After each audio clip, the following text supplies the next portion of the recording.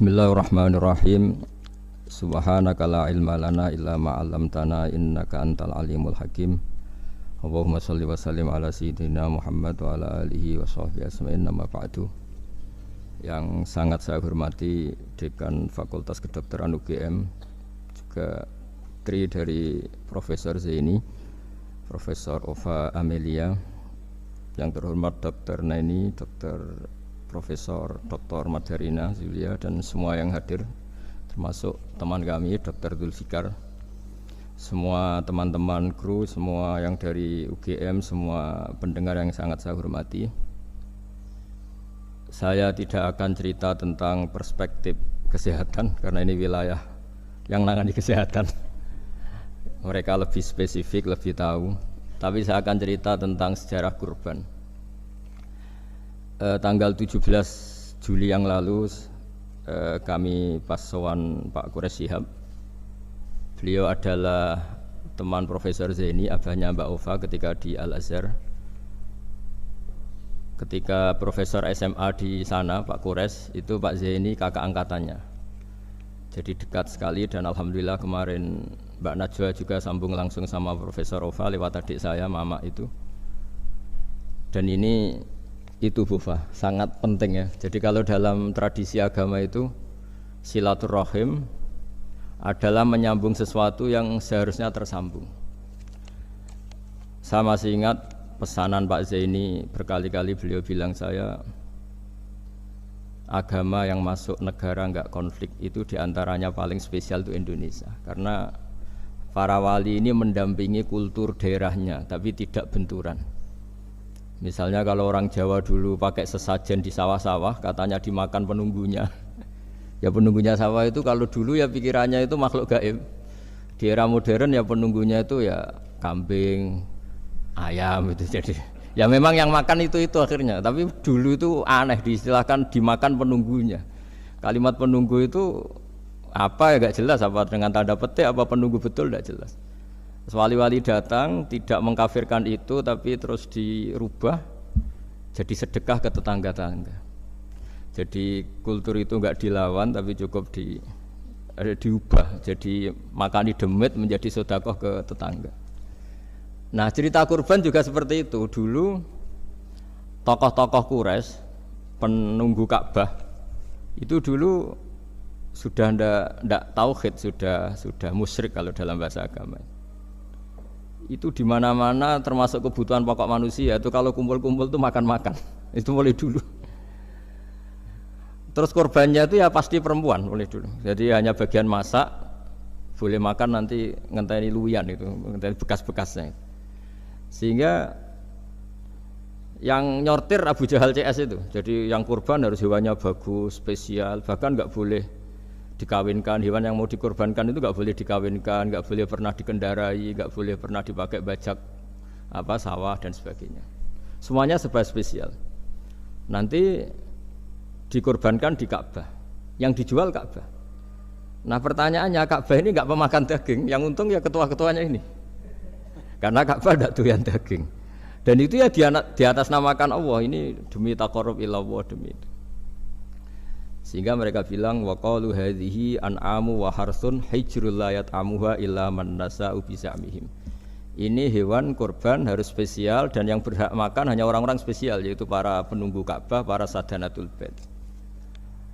Tapi karena mereka sudah tidak benar, tidak jujur, Islam mau merubah tradisi itu. Tapi kalau tradisi itu dirubah, maka Islam akan terkenal pelit, karena dari acara makan-makan menjadi tidak ada makan-makan. Jadi kadang kebenaran itu harus diganti dengan sesuatu yang tidak ekstrim, karena tadi dari acara makan-makan menjadi sama sekali nggak makan-makan. Maka terus diganti oleh Islam dengan kalimat udhiyah, dengan kata kurban. Nah, kenapa itu harus terjadi? Karena kurban itu sebetulnya syariatnya Nabi Ibrahim, di mana orang Mekah itu memang turunan Nabi Ibrahim, sehingga sisa-sisa makan-makannya masih. Cuma mulai ada melenceng, ada sesajen, ada khurafat, ada bid'ah. Kemudian itu mulai masalah. Terus Rasulullah Muhammad SAW datang ingin benahi itu. Tapi yang dibenahi adalah menghilangkan kemusyrikannya, bukan makan-makannya. Akhirnya diganti oleh udhiyah.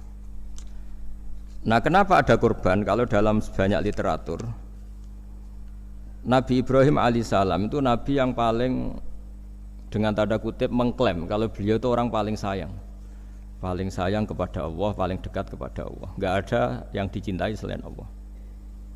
Beliau memaklumatkan itu baik secara lisan maupun di gemuruh hatinya, di bisikan hatinya, di detak jantungnya, pikirannya seperti itu. Pas itu beliau belum punya putra karena beliau termasuk lambat punya anak. Suatu saat ditakdir punya putra yaitu Ismail. Pas seneng-senengnya jalan, pas seneng-senengnya punya anak, sama Allah disuruh nyembelih. Anak kamu harus kamu sembelih. Ibrahim kaget. Kenapa ya Allah? Kamu adalah orang yang sering ngomong bahwa yang paling kamu cintai saya. Tapi setelah ada anak kamu, kayaknya enggak. Protes Nabi Ibrahim, Pak. Yang benar Gusti, iya harus anak kamu. Karena beliau kadung janji, kadung komitmen yang paling dicintai Allah, tidak ada yang lain. Saya akan mencintai engkau ya Allah, meskipun harus mengorbankan anak saya. Singkat cerita terus disyariatkannya kurban itu. Ketika Nabi Ibrahim berkomitmen melaksanakan perintah itu, Ismail juga mau nurut, terus sama Allah diganti oleh hewan kurban yang bernama kambing itu. Sehingga versi cerita itu bahwa Allah akan maklumi ketika orang mencintai Allah secara serius, bersamaan dengan itu orang juga mencintai anaknya dengan proporsi masing-masing. Itu di khazanah-khazanah yang saya baca. Versi kedua, tapi ini nanti nggak perlu dipertanyakan. Nanti kalau UGM tanya itu versi yang paling baik, yang paling benar gimana? Yang tanya juga bid'ah, yang jawab juga bid'ah nanti. Karena itu wilayah yang kadung terjadi. Jadi kalau dalam ilmu hadis itu, kalau kadung terjadi, mbok kamu unggulkan yang mana, tetap saja yang terjadi hanya satu, mau kelewat. Beda dengan istihad solusi. Karena mau terjadi ya kita uji coba. Kalau nggak cocok yang A ya cocok alternatif B, alternatif C. Kalau sudah kelewat, mau gimana? Kalau salah ya salah aja kan. Versi kedua begini, semoga versi kedua ini yang benar. Kalau ini benar, keren. Nabi Ibrahim itu memaklumatkan diri. Kalau dalam bahasa Arab itu iddia itu mengklaim bahwa dia adalah orang yang paling sayang terhadap makhluk Allah, semua hamba Allah. Terus beliau diterbangkan ke langit. Ya karena UGM ini lembaga akademik, nanti saya baca teksnya. Kalau bahasa Arabnya itu takbirnya. Diterbangkan ke langit, ke alam malakut. Ya tidak usah ditanyakan, tanya terbang gimana, nanti ribet nanti itu. Setelah diterbangkan di langit, wa kadzalika nuri Ibrahim malakutas samawati wal ardh, diperkenalkan alam langit, terus dipertontonkan. Itu ada sekian hamba Allah yang nyabu, yang ngefly, yang dugem, pokoknya yang maksiat-maksiat itu. Ibrahim ditanya sama Allah, gimana itu mereka menurut kamu? Damirhum, habisi saja Allah. Mereka makan rezekimu, hidup di bumimu, tapi mereka tidak mengindahkan engkau. Matikan saja. Sama Allah diturutin. Jalan-jalan lagi sampai 3 kali peristiwa tempat-tempat maksiat itu dihabisin sama Nabi Ibrahim. Beliau minta sama Allah supaya itu dihabisin. Singkat cerita, terus beliau diturunkan sama Allah. Setelah diturunkan, ya Allah tidak jawab, tidak apa. Allah itu punya sunnah, punya tradisi. Dengan nabinya itu tidak jawab. Suatu saat Nabi Ibrahim disuruh bunuh anaknya, disuruh nyembelih. Protes kan? Huwa samratu fuadi. Ini kekasih saya, putra saya. Kenapa engkau nyuruh membunuh? Terus kata Allah, kamu tidak ingat di malam kamu saya mi'rajkan melihat hamba-hambaku, dan itu yang bikin aku, dan saya cinta sama mereka yang bikin saya. Kamu enak saja minta dibunuh. Sengkerian gantian saya yang minta, kamu tidak nurutin gitu. Kamu pas minta saya tidak tak pikir, langsung tak turutin. Kenapa saya yang sekarang minta kamu mikir gitu. Tapi huwa samratu fuadi, itu buah hati saya. Lah memangnya makhluk-makhluk itu makhluk siapa? Saya yang bikin. Kamu enak saja nyuruh bunuh.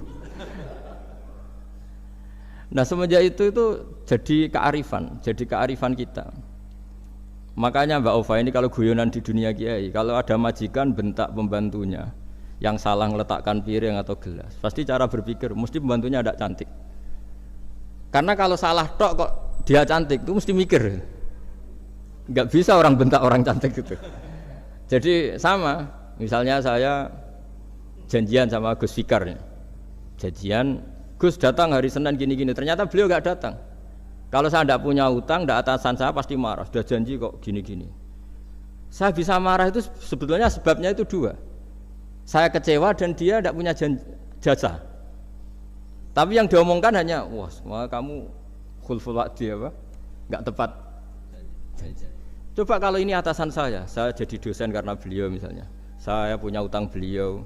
Mbok nyulayani janji apa kan? Nggih mboten napa-napa. Sama.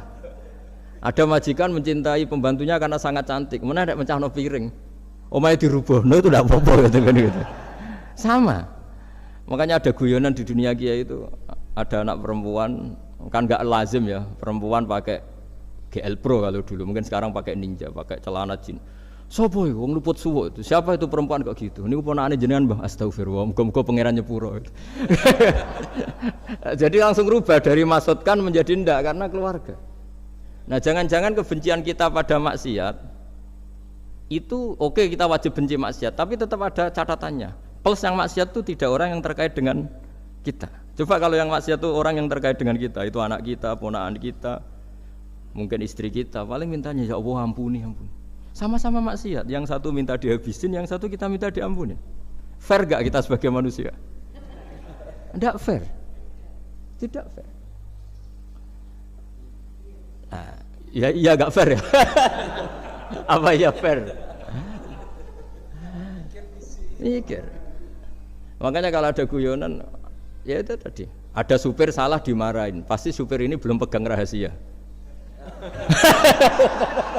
Tapi kalau sudah pegang kartu, si majikannya punya apalah gitu, simpanan gitu. Wah ini pegang, berani marah gak dokter?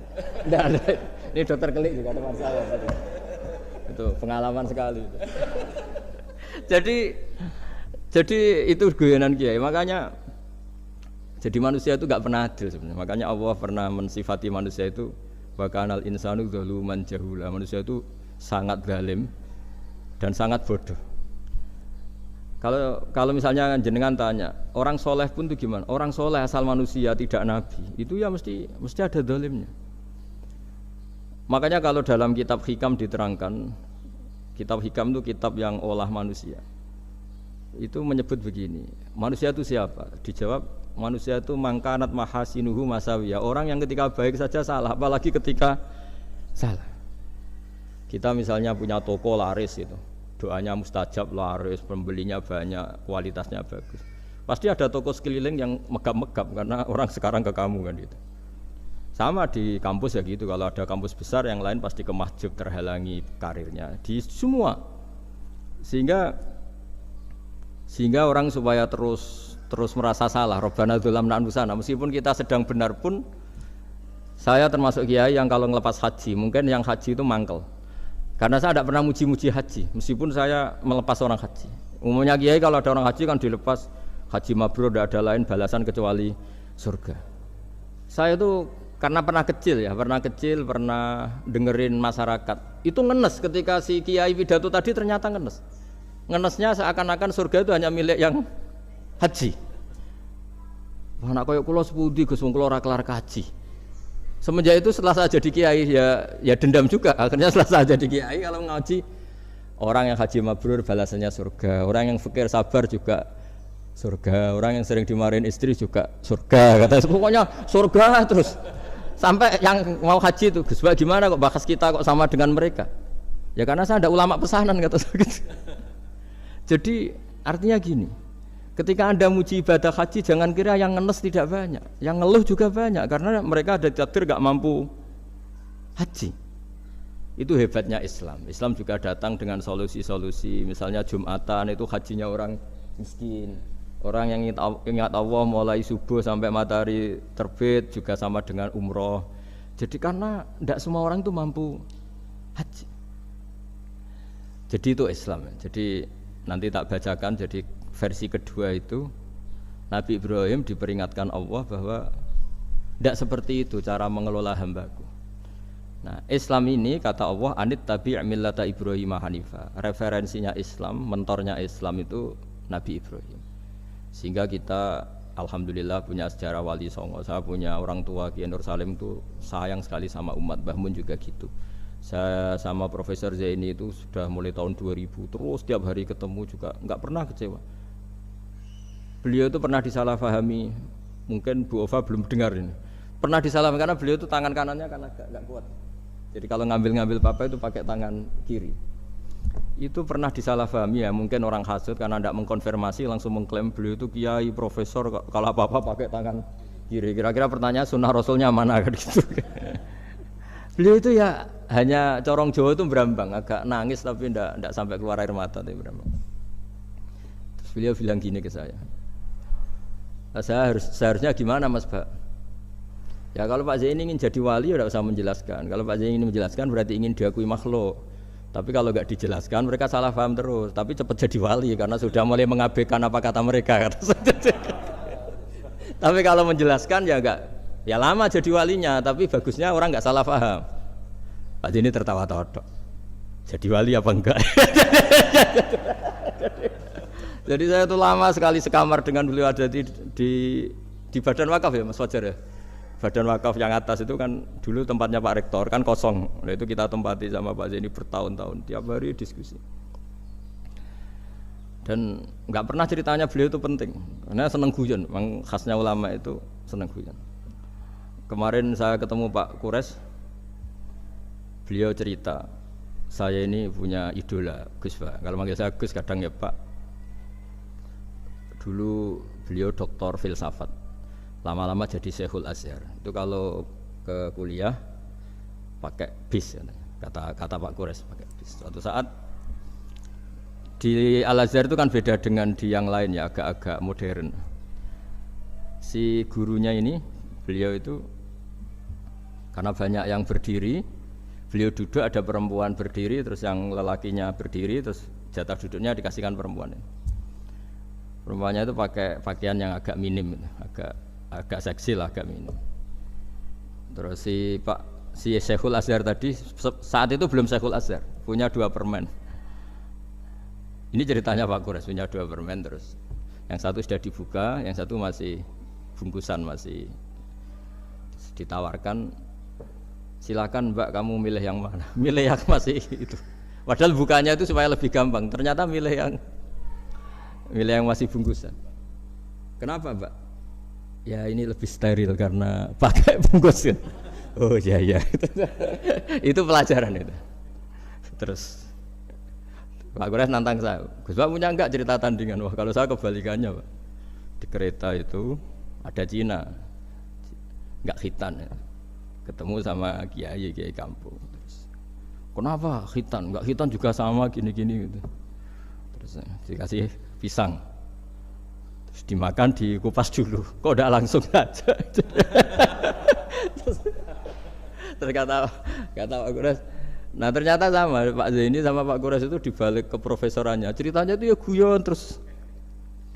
Karena memang agama ini itu kalau masalah kebenaran itu serius, tapi dibalik kebenaran ini yang perlu dicatat oleh semua yang mencintai agama ini bahwa Allah itu tidak butuh taat kita dan Allah tidak akan gagal sebagai Tuhan karena maksiat kita. La tanfa'uhu ta'atuhum wa la tadurruhu maksiatuhum. Allah tidak akan ngefek ketika semua orang taat ya gak ngefek, semua orang maksiat juga gak ngefek. Karena Allah ini zat yang punya eksistensi sejati sehingga hubungan kita dengan Allah itu tidak ngefek ke Allah, tapi ke kita sendiri.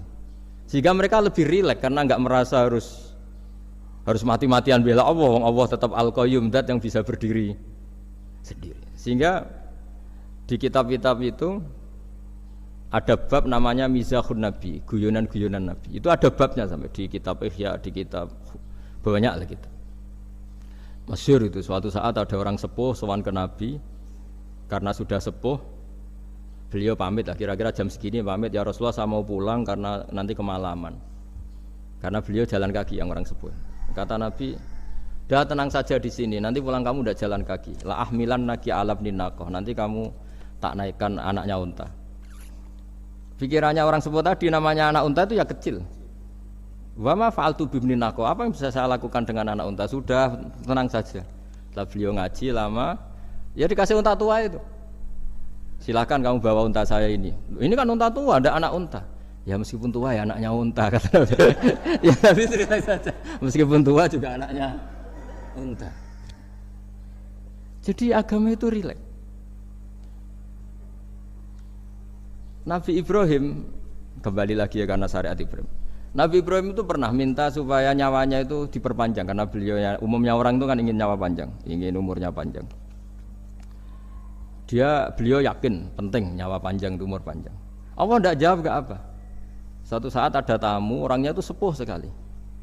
Nabi Ibrahim karena orang yang sangat menghormati tamu dikasih kurma, apa itu? Anggur. Itu setiap dimakan dikunyah meler lagi keluar.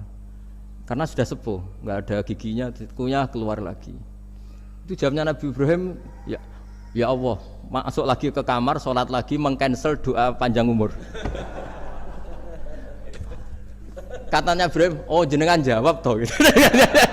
Artinya kalau ingin tua sekali ya nasib kamu kayak itu gitu. Jadi karena beliau tahu itu jawaban terus masuk kamar, oh jawab toh Gusti jenengan, terus membatalkan doanya. Itu Nabi Ibrahim. Kalau orang sekarang enggak, ndonga ngarani, ya tua ya tetap sehat, tetap wah itu. Itu lebih ribet itu. Iya, jadi karena doa itu kalau enggak diperjelas itu ya repot. Ini cerita supaya kita berislam itu ceria. Saya Mbah Mun itu meskipun kiai top, senengannya nggih guyon bapak saya. Tapi guyon itu ada yang wajib. Saya dulu itu janggal. Ini cerita ya, mungkin kalau di kampus-kampus umum agak asing, tapi ini cerita. Nuduh zina itu dosanya besar sekali. Saya ulang lagi, nuduh orang lain zina itu dosanya besar sekali. Disebut bab qadzaf. Saya pernah menjumpai 3 kiai besar Bu Ofa, 3 kiai besar. Kiai top semua. Di majelis itu ada gosip bahwa si A itu punya selingkuhan sama Sri itu misalnya atau dengan siapalah, dengan perempuan. Itu kalau di Arab itu senengannya pakai Salma, Laila Majnun Salma. Kalau di Jawa itu kasihan korbannya itu. Ya, tapi itu contoh saja ya. Itu si Kiai 3 tadi gak ngefek, malah tanya gini, loh apa perempuannya cantik? Wah cantik sekali Mbah. Cantiknya sampai kayak apa? Malah bicara cantiknya perempuan. Saya itu ya pertama iskal. Ini Kiai kok bakas orang apa? Cantik. Orang ayu ya. Setelah majelis itu bubar, yang penggosip tadi, ya yang gosip ini gak kiai, yang pembisiknya ada kiai, yang gosip ini gak kiai. Cuma kiai 3 ini posisi mendengar. Tapi malah tanya cantiknya tadi. Singkat cerita setelah orang itu pulang bilang gini, Gus. Itu kalau saya bilang iya dengan gosip itu, saya ikut qadzaf, saya ikut menuduh orang lain zina. Itu dosa besar. Selain itu saya kiai, kalau saya bilang iya dianggap membenarkan. Maka untuk mengalihkan gak bicara nuduh, jadi guyon tadi. Jadi guyonnya itu karena kalau kita tadi bilang iya artinya mengiyakan. Dan itu artinya qadzaf, punya dosa besar karena nuduh orang lain zina. Diperparah dia kayak besar kan orang menjadi percaya karena yang ngomong bukan penggosip lagi tapi ya. Maka dialihkan tadi. Loh, ayo nucung. Sampai segitunya kearifan ini. Sehingga dulu ketika Ma'is itu seorang sahabat yang pernah salah besar. Itu Nabi ketika beliau ada gosip salah gitu ya, Nabi masih jangan-jangan kamu hanya mimpi, Cung. Jangan-jangan kamu hanya megang tapi tidak sampai zina. Sampai terakhir Nabi tanya, "Afi aklika syai'un?" Jangan-jangan otak kamu ini sudah agak error. Saking tidak inginnya Nabi mempercayai hal-hal seperti itu. Nah, problem kita di zaman sekarang justru kadang nyari-nyari supaya tahu buktinya. Yang dulu para orang soleh menghindari bukti itu supaya enggak suudzon, sekarang orang mencari-cari bukti. Padahal itu dilarang, wala tajassasu, orang enggak boleh mencari-cari kesalahan orang lain. Nah, itu kearifan-kearifan yang saya dapatkan dari Bapak, dari Mbah Mun, dari Pak Zaini, dari Pak Gures. Mereka orang-orang yang luar biasa menghindari ngomong penting. Sekarang itu orang banyak yang sering ngomong penting. Sebenarnya itu malah salah. Karena kalau ngomong penting itu vonis terhadap orang lain. Tapi kalau kamu rileks, tidak. Nabi dulu itu rileks sekali. Ketika beliau ngaji gini, terus ada pemuda lewat bawa cangkul mengabaikan pengajian Rasulullah. Banyak sahabat bilang, celaka orang itu ada Nabi ngaji kok tidak ikut. Jawabannya Nabi unik. jangan-jangan dia punya keluarga yang harus kerja, dan kalau harus kerja untuk nafkah keluarganya itu juga ibadah, itu ya sunnah saya. Jadi Nabi rileks saja, tidak tersinggung, tidak. Nah, kenapa kita butuh rileks? Karena kebenaran sekali dipaksakan itu jadinya benturan. Dan itu wali-wali Songo itu dulu sudah berpikir seperti itu. Sehingga Pak Zaini yang sering ngendikan sama saya, kita ini bisanya mengikuti Mas Ba, kalau manggil saya Mas, tidak bisa benturan.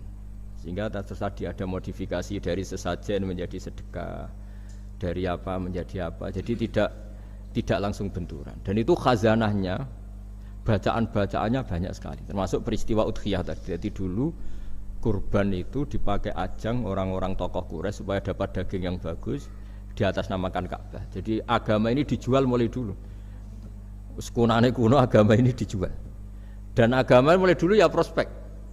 Ka'bah itu bisa menyedot wisatawan berapa, wisata religi. Sehingga dulu ada Ka'bah tandingan, perhitungannya juga ekonomi. Jadi mulai dulu itu ya sudah seperti itu, mau apa memang Allah bikin dunia seperti ini. Jadi mulai dulu agama itu ya, sampai orang Yahudi gak mau iman sama Nabi ya pikirannya sederhana, kalau saya tokoh banyak yang sowan, banyak yang ngasih-ngasih. Kalau saya ikut Muhammad, saya anak buah, yang ngasih saya siapa? Jadi perhitungannya juga ekonomi. Jadi ketika Abraham mau bikin Ka'bah tandingan, itu perhitungannya juga ekonomi. Jadi ribet kan memang kalau manusia itu sudah ribet. Tapi Islam ini datang bukan untuk itu, tapi memaklumi itu. Itu hebatnya Nabi Ibrahim. Ketika beliau berdoa, ya Allah, keluarga kami saya tempatkan di Mekah. Rabbana liyuqimus sholata faj'al af'idatam minan nasi tahwi ilaihim warzuqhum minas samarat. Cuma menurut Islam dibalik, ya Allah, kita ini ingin anak-anak kami ini bersujud kepada Engkau, ingin anak-anak kami ini melakukan sholat. Tapi mereka ini manusia yang untuk ketahanan hidupnya butuh makan, butuh rizki, butuh ekonomi. Maka tolong ekonominya dijaga ya Allah. Jadi dibalik, demi sholat menjaga ekonomi. Jangan dengan demi ekonomi meninggalkan sholat. Jadi dibalik, jadi demi sholat menjaga ekonomi. Juga termasuk menjaga politik. Andaikan tidak ada orang Islam yang cakap politik, terutama yang soleh-soleh, kemudian negara bikin aturan ala mereka, sholat dianggap larangan, pengajian dengan larangan, juga repot. Makanya mulai dulu kiai-kiai itu ya politik, karena nggak ingin negara ini diatur oleh orang yang anti sholat, anti agama. Karena kalau negara terserah yang sedang jabat, kemudian yang jabat tidak soleh, bisa nganggap maksiat-maksiat tidak ilegal, yang pengajian justru ilegal. Nah, di sini kenapa banyak orang-orang soleh dulu ya rata-rata ya berpolitik, mulai sebelum kemerdekaan sampai setelah kemerdekaan. Jadi itu ada filosofinya. Nah, bahwa ada oknum-oknum yang tidak seperti itu ya monggo, itu oknum. Tapi sebetulnya awal-awalnya kenapa banyak orang soleh yang politik, karena nggak ingin negara ini dipimpin oleh orang-orang yang anti agama, anti kebaikan. Sehingga berkahnya apa? Berkahnya negara ini berkonstitusi secara Islami. Meskipun tidak negara Islam, tapi tadi hak-hak asasi manusia terjaga, hak belajar, hak beragama, hak ibadah. Coba bayangkan kalau kita jadi korut, Korea Utara kan pusing. Jadi, nah itu uniknya, lagi-lagi ini cerita uniknya. Itu mulai dulu itu tidak ada benturan. Ketika ada Masumi, ada Partai NU, ada macam-macam. Muhammadiyah datang di Jogja itu Mbah Ahmad Dahlan itu teman dekatnya Mbah Hasyim. Saya tahu banyak tentang, namanya dulu Darwis. Itu dulu ngajinya sama pernah buyut-buyut Qiyami di sini. Dulu ngaji Mbah Soleh Darat, Mbah Ahmad Dahlan sama siapa itu Mbah Hasyim. Ketika di Mekah yang Mbah Ahmad Dahlan ngaji Syekh Khotib Minangkabau itu ya sama Mbah Hasyim. Nah kebetulan Mbah Ahmad Dahlan hidup di Jogja yang zaman itu sudah khurafatnya kayak apa, karena ada sistem agama yang sangat, menurut beliau sangat jauh dari Islam yang murni. Terus beliau revolusinya seperti itu. Yang Mbah Hasyim nempat di Jombang. Nah itu kan murni ilmu sosial, murni muqtadul hal. Terus beliau punya metode yang berbeda, tapi nggak masalah, mulai dulu nggak masalah. Kemudian jadi kalau yang kadang-kadang memasalahkan tuh ya memang yang nggak tahu masalah. Sebenarnya dulu itu ya biasa aja, karena ya itu urusan metode, urusan. Saya teruskan masalah udhiyah. Jadi yang diceritakan Nabi Ibrahim tadi, bahwa benci seseorang kita atas namakan maksiat itu tidak segampang itu. Karena jangan-jangan kebetulan yang maksiat itu keluarga kita. Apakah kita punya kebencian yang sama saat yang maksiat itu keluarga kita, atasan kita, teman kita? Ya kayak tadi. Kalau saya corong Jawa dibelenjani janji, ada orang janji sama saya nggak tepat waktu, saya bisa marah itu pasti sebabnya jelas. Itu bawaan saya nggak berjasa sama saya. Kalau kata dokter Kelik nggak cantik ya. Tapi kalau itu orang yang misalnya rektornya bilang, maaf ya saya tidak bisa datang hari ini, tidak apa-apa. Pasti manut itu. Atau yang nyelain janji kiai itu, cuma ngurus itu teko itu. Ini betul apa-apa. Gayane aja kita marah karena khulful wa'di ingkar janji. Sama. Intinya Nabi Ibrahim itu coba kalau yang maksiat itu anak kamu berharap saya ngasih tobat kan, bukan langsung tak habisin kan. Intinya Allah ingin bilang ke Nabi Ibrahim, andai kan yang maksiat itu anak kamu, ingin saya menghabisi apa tak kasih tobat? Ya kasih tobat ya. Ya seperti itu saya yang bikin. Maka di Al Azhar sana kalau cerita orang-orang alim itu masyhur ini. Ada tempat maksiat mau dihabisin sama orang-orang yang sangat keras. Ketemu Syekh Mutawalli Sa'rawi, ditanya, andai kan mereka mati saat maksiat, itu mereka ke surga apa ke neraka? Ya ke neraka. Terus ditanya sama Syekh Mutawalli, kalau mereka ke neraka, akan adzalika muradan Nabi? Apa seperti itu yang digandaki Nabi? Umatnya mati terus masuk neraka karena belum tobat? Tidak, Nabi inginnya mereka tobat dulu. Ya sudah, jangan dihabisin. Kamu berproses ikut mentobatkan mereka. Kebetulan ini mau mendengar. Jadi kita lunak, kita baik itu ya semuanya ingin la'allahum yarji'un, semoga mereka kembali, mereka tobat. Bukan lunak dengan arti mengakui maksiat itu satu kebaikan, itu yang bahaya. Kalau lunak sampai mengakui itu maksiat itu kebaikan, itu bahaya sekali. Tapi kita lunak karena kita ingin berproses untuk bertobat.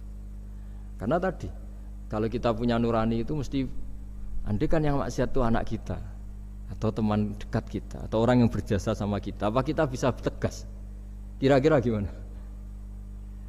Bisa kamu tegas sama anak kandung? Berat. Ditantang minggat saja pusing gitu.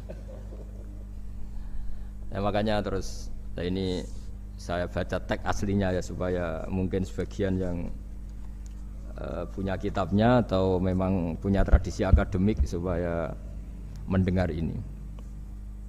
Saya baca ini versi yang kedua ini di kitab Hikam.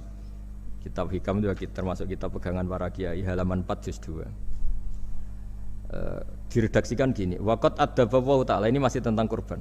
Waqad adzaballahu ta'ala khalilahu Ibrahim fi ba'di mawatinihi al-azimah. Jadi Allah kalau dalam bahasa Arab memberi teguran itu namanya takdib. Makanya kalau orang nakal itu, kalau orang Jawa bilang kurang ajar. Sebenarnya ajar itu kan tahun ajaran baru. Ajar itu kan barang baik. Ya kan disebut tahun ajaran baru. Pengajaran, ajar itu kan barang baik. Jadi kalau kurang ajar berarti kurang baik. Itu bahasa Arabnya orang yang kurang ajar perlu diajari. Itu kalau orang Arab bilang ditakdib. Diwarai toto kromo, diadabkan. Jadi belum punya adab diadabkan. Itu udah, tapi tentu Nabi Ibrahim nggak sampai kurang ajar. Ini kan cerita bahasa ya. Jadi kalau sebenarnya ajar itu udah buruk-buruk kurang ajar, berarti orang ini kurang pelajaran, kurang. Tapi di Jawa itu agak salah kaprah. Kalau kurang ajar itu ekstrim. Misalnya duduk di meja itu disebut kurang ajar. Sebenarnya ada se-ekstrim itu. Saya teruskan ya. Terus wa 'allamahu kaifa yatakhallaqu bihadzal khuluqil karim inda tilaihi alal asrar. Terus disebutkan anak Ibrahim annahu arhamul khalqi qal farafa'ahu wa ta'ala hatta asyrafa ala ahlil ardi. Nabi Ibrahim diterbangkan ke langit sehingga melihat di bumi yang maksiat-maksiat itu. Faqala ya rabbi damirhum, habisi saja. Terus faqala wa ana arhamu bi ibadi minka ya Ibrahim ihbit fala allahum yatubun wa yarjiun.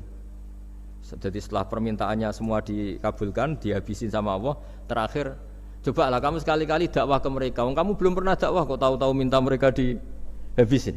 Coba kamu dakwah jangan-jangan mereka mau kembali. Nah terus sebagian cerita itu terus diteruskan ketika suatu saat Ibrahim akhirnya diminta menyembelih putranya. Inni ara fil manami anni atfahuka fanzur madza tara. Falamma tashammara lidzalik wa akhadha sikin biyadihi qala Allahumma hadza waladi wa samratu fuadi wa ahabbun nasi ilayya. Ya Allah, ini buah hatiku, ini orang paling saya cintai. Kenapa engkau menyuruh ini supaya saya bunuh? Terus beliau dijawab sama Allah, Ama ta'lamu anni rahimun bi ibadi kama anta syafiqun bi waladik. Fa idza sa'altani ihlaka 'abdi as'aluka dzabha waladik wahidan bi wahidin. Jadi kalau dulu kamu minta supaya hamba saya tak habisin karena maksiat, sekarang saya juga minta kamu menghabisi anak kamu. Tapi ini kan anak saya, sama itu hamba saya yang bikin juga saya. Nah semenjak itu Ibrahim dianggap sebagai bapak kasih sayang. Karena semenjak itu terus beliau orang yang paling sayang. Sampai ada 3 nabi yang menjadi metodenya Rasulullah SAW sebagai mentornya. Kalau Nabi Nuh melihat kemaksiatan langsung bilang, Rabbi la tadzar alal ardi minal kafirina dayyara, habisi semua ya Allah. Tapi kalau Nabi Ibrahim apa? Faman tabi'ani fa innahu minni wa man asani fa innaka ghafurur rahim. Orang yang ikut saya ya karuan kelompok saya, dan yang sebelum ikut semoga engkau mengampuni. Tentu lewat proses dakwah, lewat proses. Nah, Wali Songo, kembali ke Wali Songo dan para guru-guru kita, itu seperti itu semua. Jadilah Islam yang di Indonesia, Islam rahmatan lil alamin itu konstruksinya ya dari ilmu-ilmu seperti ini. Bacaannya seperti ini. Karena ternyata kita tegas tadi ujung-ujungnya karena itu tidak cantik, tidak atasan kita, tidak berjasa sama kita. Kamu kalau ada supir telat, supir kok telat datang kantor gitu, pasti supir itu belum pegang rahasia. Setelah pegang rahasia tak jamin aman itu meskipun telat. Karena lebih ngeri pasti. Artinya manusia itu kayak apa ngeklaimnya tegas, disiplin, objektif. Kira-kira iya apa enggak? Enggak lah kayaknya ya. Ya pasti tadi. Nah itu yang makanya bapak saya kalau guyon sama saya itu, kan umumnya orang itu kalau di dunia kiai muji istiqomah. Istiqomah itu konsisten jadi imam masjid, konsisten jadi guru, jadi apa. Kalau bapak itu sering guyon ke saya, iku istiqomah apa mau digenti wong liya katanya. Artinya di balik istiqomah itu juga ada catatan lain. Jangan-jangan ambisi gak mau diganti orang lain. Jadi artinya manusia itu dalam benar saja ada unsur salahnya, apalagi pas salah gitu maksudnya. Nah ya pas benar saja ada unsur salahnya, apalagi pas salah. Nah itulah dengan sudut pandang seperti ini adalah orang terus gak gampang menghakimi orang lain. Karena manusia yang baik adalah cukup dia merasa aibnya banyak, salahnya banyak, kemudian itu menyibukkan dia dari mencari-cari aibnya orang lain. Makanya kalau dalam cerita Ibrahim alaihissalam, karena kurban itu identik dengan syariatnya Nabi Ibrahim. Ini saya punya catatan yang kemarin tak baca juga di Jakarta. Itu suatu saat Nabi Ibrahim itu didatangin orang Majusi dulu. Orang Majusi itu ya tidak beragama. Singkat cerita Nabi Ibrahim itu terkenal kaya dan suka menghormati tamu. Dulu tamu itu sangat penting dihormati karena dulu nggak ada warung, terus padang pasir. Kalau sekarang itu ya wajib dihormati tapi tidak wajib-wajib banget. Karena biasanya sudah marung di mana-mana. Sudah marung di mobilnya bawa apa? Bekal. Kalau dulu di padang pasir kalau tamu nggak dihormati bisa mati betul. Kadang sudah hari perjalanan itu nggak makan nggak apa karena di padang pasir warung nggak ada, nggak bisa ngopi-ngopi ya dulu. Sehingga kalau menghormati tamu dulu itu pahalanya luar biasa ngasih makan itu. Kalau sekarang ya pahalanya biasa aja karena ya tamunya makannya ya biasa aja karena sudah kenyang duluan itu. Singkat cerita orang ini datang ke Ibrahim minta dikasih makan. Nabi Ibrahim mengatakan kamu syaratnya harus Islam dulu, kalau enggak kasih makan. Karena Ibrahim itu seorang nabi dan beliau komitmennya seperti itu, si tamu tadi putus asa. Akhirnya walla itu ya sudah meninggalkan Ibrahim. Setelah beberapa jangkah Allah bilang ke Nabi Ibrahim, orang itu umurnya berapa tadi bilang ke kamu? 50 tahun. Pernah enggak orang itu kelaparan? Kata Allah, enggak, baru ini kelaparan. Terus kata Allah, mundu khamsina sanatan nut'imuhu ala kufri Falau nawal tahu lukmatan min ghairi antu talibahu bitahiri dinik lakana ahsan artinya. Orang itu umurnya 50 tahun. Itu ya tak kasih makan padahal dia majusi. Kamu baru diminta sehari saja minta syaratnya Islam. Terus itu ada di kitab apa Ar-Risalah Al-Qusairiyah di halaman 262. Jadi cuma dulu itu motifnya semuanya agama, bukan atas nama demokrasi atau kebebasan beragama. Karena dulu itu orang dulu itu kan saking sayangnya Allah, apa-apa konstitusinya ya perintah Allah. Dan ternyata perintah Allah seperti itu, akhirnya dipanggil. Kemana ya majusi ke sini tak kasih makan. Terus majusinya kan kaget. Ada apa? Kenapa kamu rubah? Ditegur Tuhan. Iya, ditegur Tuhan. Jadi dan alhamdulillah saking simpatiknya orang Majusi tadi akhirnya masuk Islam. Sama itu kan mirip orang Yahudiyah atau Yahudi itu yang tanahnya itu diambil ya sama Amr bin As untuk perluasan masjid di apa? Mesir. Ya ketika lapor ke Sayyidina Umar, ngiranya itu kan dibenarkan perluasan masjid, ternyata Umar belain yang Yahudi. Iya, yang punya tanah harus dikembalikan tuh haknya. Jadi Islam itu menghormati hak kepemilikan meskipun itu milik non muslim. Jadi kata Allah, mut khamsina sanatan nut'imuhu ala kufri. Falau nawal tahu lukmatan min ghairi antu talibahu bitahiri dini. Mbok dikasih makan aja, ndak usah nyuruh ganti agama. Wong saya saja yang Tuhan ngasih makan dia sudah 50 tahun tanpa syarat. Tanpa syarat. Ya jadi ini cerita ya Bu Ufa. Jadi kita mungkin kenangan saya dengan Bapak, Bu Ufa dengan Profesor ini kebetulan teman dekat sekali sama saya dan hampir tiap hari saya ketemu minimal 3 jam bertahun-tahun. Sampai kalau kehabisan cerita akhirnya cerita keluarganya karena kesuwan belajar karena akhirnya cerita keluarga. Maksud saya tadi ini saya cerita ini barang baik ketika beliau pernah ditahan karena aktivis dulu. Itu pas mau lahirnya Bu Ova, terus beliau berdoa mati-matian delalah dibebaskan. Beliau sempat nunggui kelahirannya Bu Ova ini terus dinamai Aufa Amalia. Itu kalau dalam bahasa Arab itu Aufa itu Allah memenuhi apa yang saya angen-angen. Jadi itu ceritanya itu gitu. Jadi nama itu spontan aja ketika iya, jadi beliau itu aktivis dulu. Bukan dipenjara karena korupsi atau kriminal, bukan karena aktivis. Karena kalau model sekarang Bu Ova kalau nggak dijelaskan detail ditahan karena aktivis, nanti dikira ditahan karena yang lain. Ribet kan? Jadi ditahan karena beliau itu dulu aktivis, bukan karena. Ya saya kira demikian. Monggo kalau ada sesi tanya jawab, kalau tapi yang ringan-ringan saja nanti jadi serius. Berapa pertanyaan? Apa waktunya? Pakai waktu 10 menit ya? Ini pas.